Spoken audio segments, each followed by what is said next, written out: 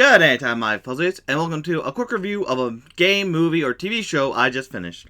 All thoughts and feelings are my own and are just for fun, quick way to get out my feelings on what I just played or watched. So enjoy and don't take anything too seriously. Good anytime, my fuzzyites, and welcome to a quick review of Home Alone 2: Lost in New York. A fine enough game, I guess. It gives into the olden ways of just throw a bunch of crap on the screen to make the difficulty very high. So of course I do what I usually do with certain games like this that are way too hard and I don't have the patience to play through them normally. Is I found there's a glitch to make you invincible, so I took it. Just so I could see what all the game has to offer. And it has quite a lot to offer. Not the best stuff in the world, but it is fine. Like I said, I did play it with glitches, so know that going forward about it. And sometime in the future, I probably will play it again and just keep going through it until I actually beat it without, glitches. And finally make it to the end. But who knows, we'll see. For now, yeah. So overall for the game, it's basically part of Home Alone Lost in New York, with a lot of the heart and soul and stuff missing from it. So let's go into the story. So in the story, this takes place after the hotel finds out that Kevin has stolen the credit card, and so they make the announcement that he has stolen the credit card. At the same time, Harry and Marv are talking to his gang, or hoodlums, vandals, ruffians, whoever, that they're out and going after the kid who just so happens to be in New York with them. So, a lot different than the game, where they didn't know he was there, then they found him, and they don't have a gang with them. But I guess in the first SNES game, they also had people with them. Though you don't really see the gang, any other people in it, so I don't know why they made the call, because you just see Harry and Marv, and that's basically it in this one, besides everyone at the hotel.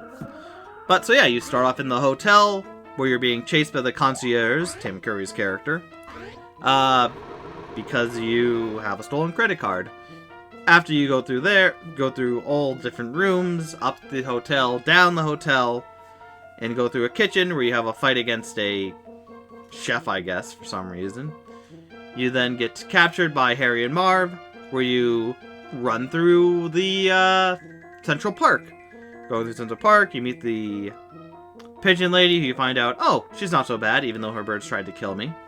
Then you go into the house, the uncle's house, in which you get keys to go into rooms to do little mini-game-esque things in order to progress. Finally ending with Marv, the confrontation back in Central Park with Marv and Harry on your heel, and the pigeon lady helping you out once again to defeat them. And then that's it. It's very short, it's very simple, it's fun, but yeah. I mean, it hits the main beats of the later part of the story. It's weird they didn't add in, like, oh, you're at the airport, so there's still luggage around, there's people trying to get where they're going, you have to get on your plane quickly and whatnot. You could have had a level in the toy store where the toys are walking around and you kind of go through them and whatnot.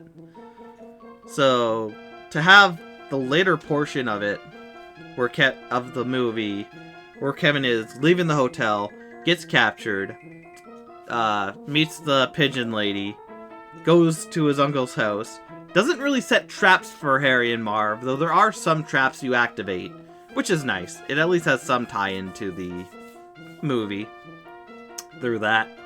And then that's just it. You go to the park again, pigeon lady helps you defeat them, and you're done. So overall, with the story, it gets you there. It's not the whole movie, like a lot of games do, but then again, even Home Alone SNES, the Home Alone for the SNES, the first game, just had you in the house, going through different wings of the house, getting X valuable from this portion of the house while enemies are around. So I guess, yeah, it's in line with, doesn't do the whole movie, but just a lot of the main parts where he's really in trouble. Which is fine. It's fine. The story's there. Doesn't have as much heart of it, but it's supposed to be a companion piece with the movie, and in that regard, it's fine. The story is there to get you where you're going, so you understand, oh yeah, this is the hotel, oh, this is the Central Park, oh, now we're at the uncle's house, which is not going to be set up with traps, except that, yeah, there's some traps. And whatnot. But either way, going into the characters, and you have the concierge, who doesn't look like Tim Curry, who just says some stuff about sets up why he's after the kid and whatnot, which is good enough to get you in there. And then Harry and Marv, you find out, are also back, and also know the kid's in New York, so they're also going after him.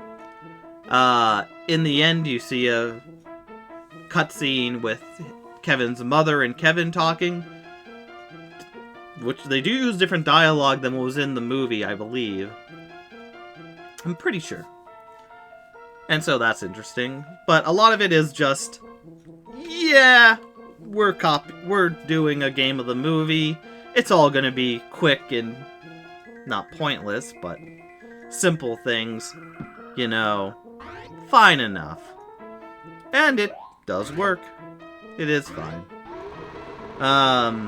Besides that, going on to the settings, so you have the hotel with different rooms and the, I guess, kitchen area. You have the streets of New York and going into Central Park. Then you have the uncle's house, as well as Central Park again. And the streets of New York and Central Park again. And as it goes, yeah, it's the movie. It gets you where you need to go. The areas look neat.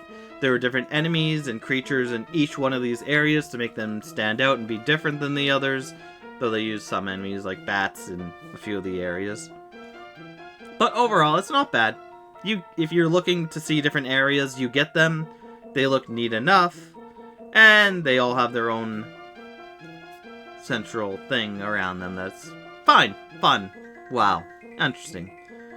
So, a little bit of variety there, but a lot of it when you're in the areas, especially the uncle's house, is a lot of just open walls with studs and pipes around a lot of it. Not bad, but it's very bland. Very bland stuff. And then going on to game mechanics. So in this one, you have a jump, movement, of course. You can press down when you're running to do a slide tackle. That does take out certain enemies and whatnot. You can find stuff in the environment like pizzas. If you get, what is it, 6? Or is it 8 or 10 slices? You get an extra life. You find a whole pizza. You get a whole extra life again. You can find weapons like a water gun, which isn't unlimited, unlike the first game, that can stun enemies. You have a punching bag bazooka thing that can take out enemies, and a bigger punching bag bazooka thing, which does a straight line all through past the screen to take out everything in your wake. As well as pearls that you can throw at enemies. Like from the movie, he has pearls, haha.